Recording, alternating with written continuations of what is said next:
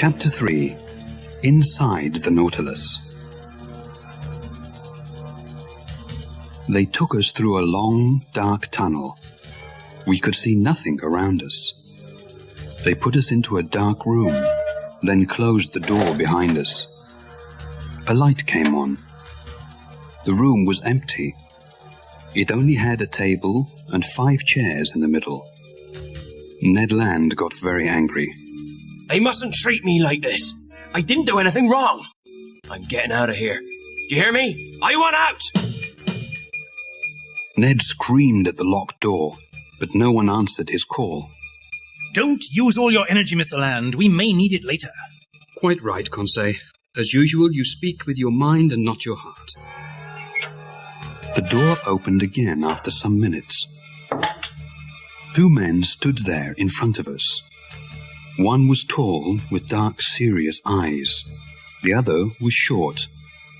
He looked at us without any interest. The 2 men wore black hats and shoes made from sealskin. Their clothes looked thin and comfortable. They spoke a language which I did not understand.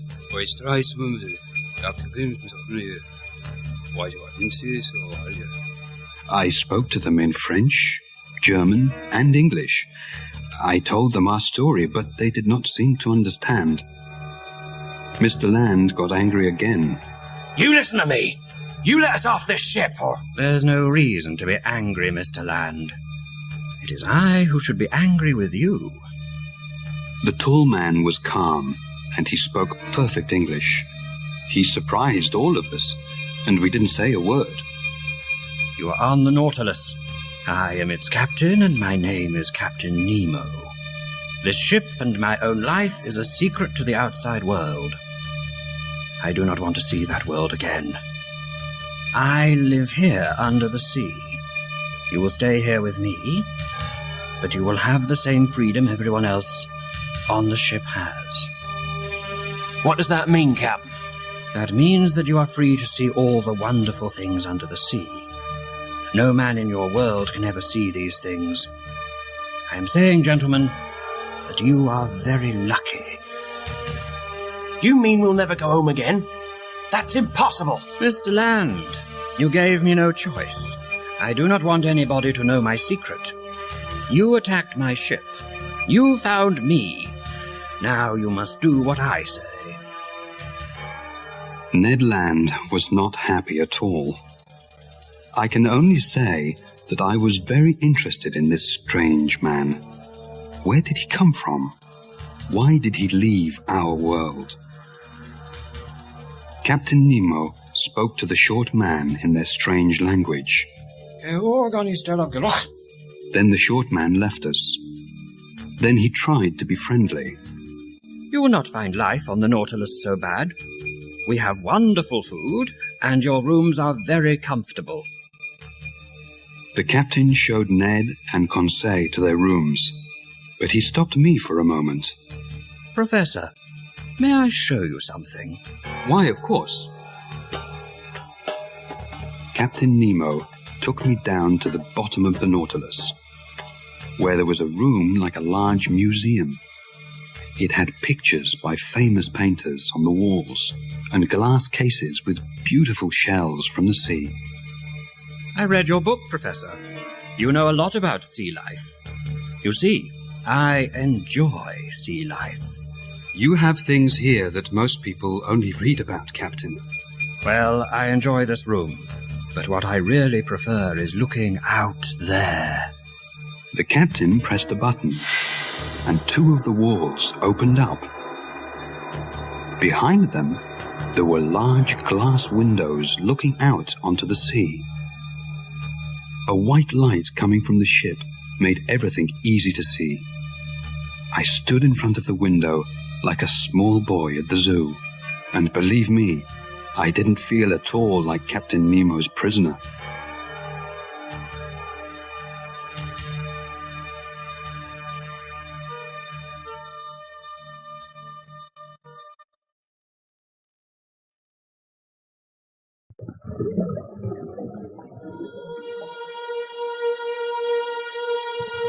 Chapter 4. outside the Nautilus.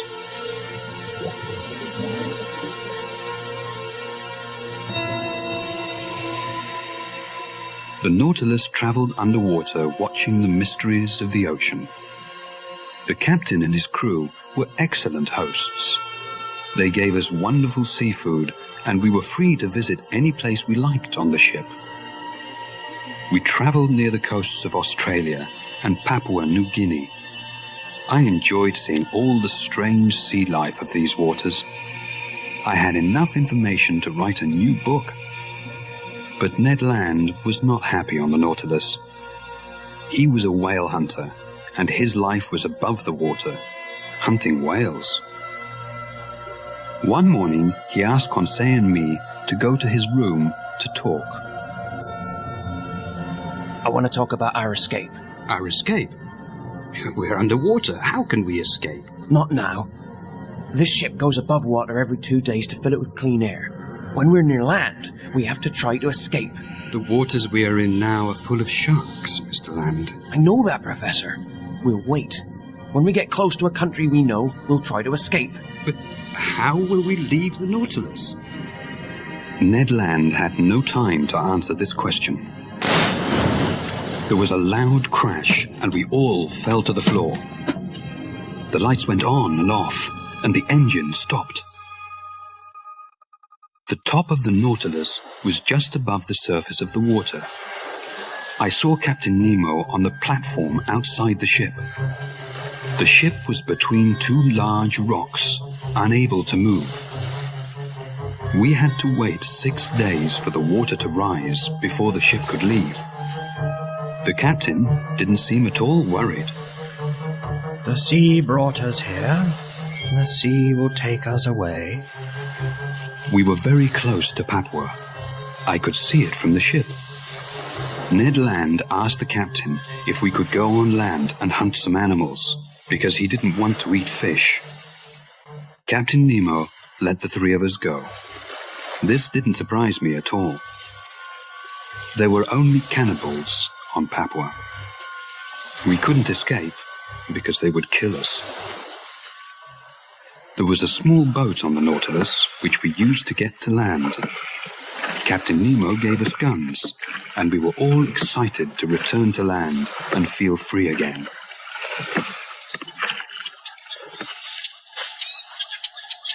The beach of Papua was beautiful. It had soft, white sand and 200-foot-tall palm trees. We found bananas and coconuts, and we made a small camping area for the day. Some wild animals came out of the forest and ran away. Conseil was at first frightened. I thought they were the cannibals. Don't worry, Conseil. It's not yet lunchtime. We all laughed, then continued looking for fruit and vegetables. We walked through the tropical forest. We were so excited by this new adventure that we forgot where we were walking. We were far from the beach. I felt something small hit my head. I think I was hit by a rock. A rock? There's another. Suddenly, we saw others moving through the forest. Professor, sir, we are not alone.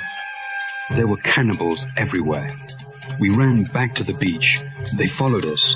They carried spears and shouted in a strange language.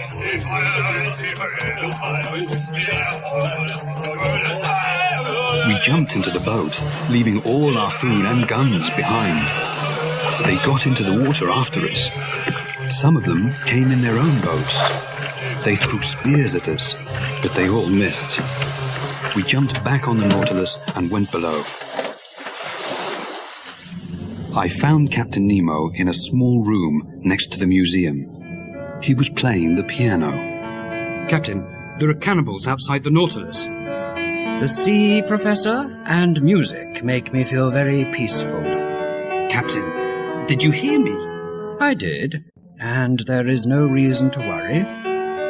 The Nautilus is perfectly safe from those outside it. The captain left the piano and went out of the room. He and some of his men went up and opened the outside door of the Nautilus.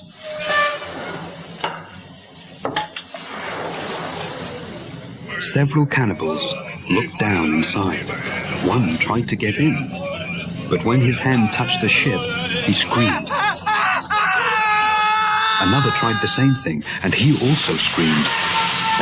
Soon, all of them swam away. You see, Professor, there is electricity around that door. Anyone who touches it feels great pain. I felt terrified. The captain had everything he needed to protect himself and his men. He also had everything he needed to keep us prisoners.